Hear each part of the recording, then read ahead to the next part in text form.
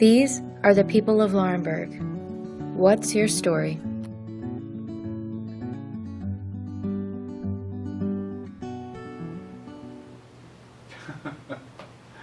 That's an interesting question.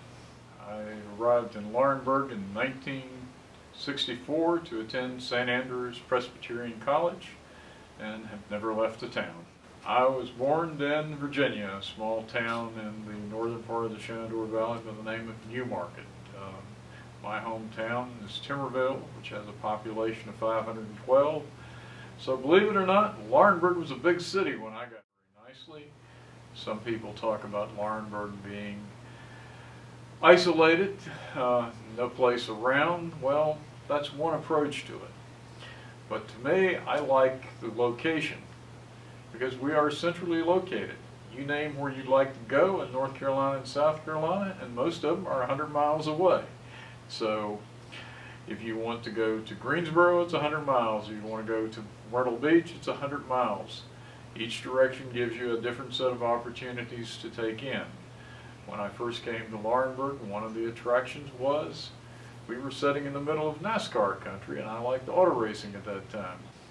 One of the most memorable things for me has been the Science Olympiad we created here back in 1974, which has gone on to become a national event in all 50 states and a few foreign countries.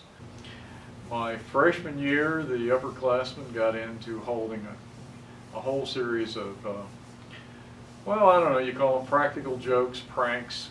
We had the core program Christianity and Culture, which met in the Liberal Arts Auditorium. So we had a run in the spring where one day you walked in and they had decorated it with Playboy pinups. Another day you walked in and they had found an outhouse and they carried it into the auditorium, or tried to carry it into the auditorium, and it didn't make it in the door. So it was left set in front of the door. That day the professor who came in, he decided to deliver his lecture talking about the scroll he discovered in the outhouse. It was a religious lecture he was delivering. So there was a lot of things of that going on. The radio station on campus was very strong. They used to have all kinds of giveaways based on what you brought in and so forth. One year, as part of the giveaway, they decided to ask for a cannon. The VFW post, if you don't recall, has a couple of cannons sitting in front of it. They weren't secured to the ground in those days, so a few of the kids went down to get a cannon. As the police finally stopped them down about Haney's Tire Service, bringing the cannon back to campus, and told that wasn't the proper thing to do. Since then, those cannon have been secured to the ground, that they can't be moved, I understand. But the students were, an enthusiastic bunch into lots of things. We also were looking at a student body of right at 1,000 students, a freshman class that I entered in. I think there were 365 of us in the freshman class. So it was a little bigger in operation. I think the thing that has always appealed in my position is it's been one that has offered lots of variety. The title says electrologistics. Our major function is support of the laboratories.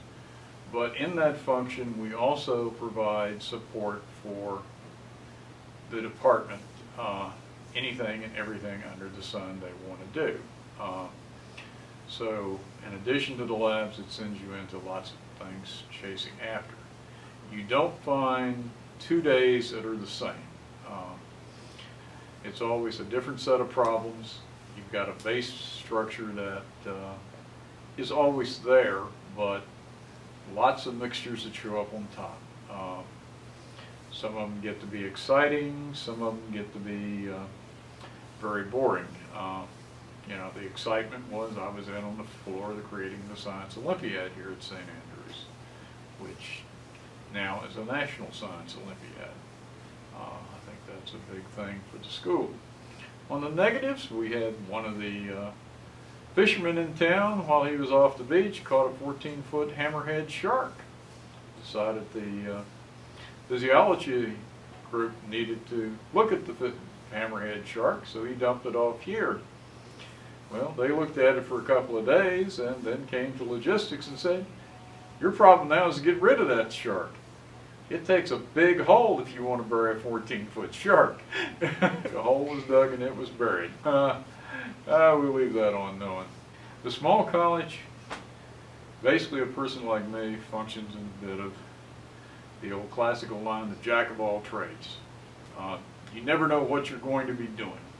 You know, one week you may be putting together a newsletter, the next week you may be packaging chemicals for disposal, the next week you may be putting together a video for the equestrian program, another day you may be taking a group picture of a class,